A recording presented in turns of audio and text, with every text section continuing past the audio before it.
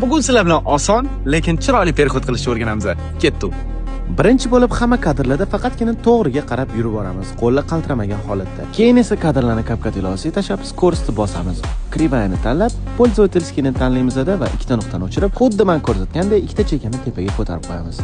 Ikkinchi kadrga ham xuddi shunaqa skoroust berib, ikkita chekani tepaga ko'tarib, ikkita kadr o'rtasidagi animatsiyani ustiga bosamiz va bu joydan kameradan вытягиваниeni topib, ustiga belgilaymiz va har bitta kadrni xuddi shunaqa qilib chiqamiz. Orasidagi animatsiyalarni to'g'rilab chiqqaninglardan keyin bemalol eksport qilsanglar bo'ladi.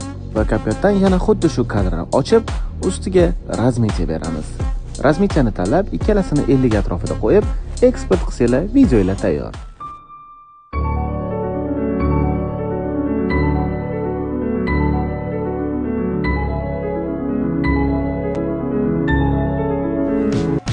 Yanada foydali video chiqishi uchun like, comment, repost kutib qolaman.